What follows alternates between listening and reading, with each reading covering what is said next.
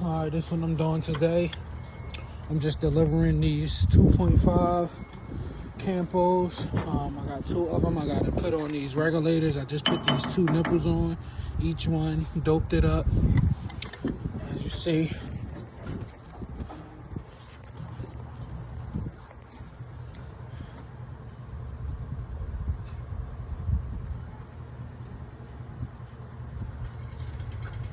Get it all the way around.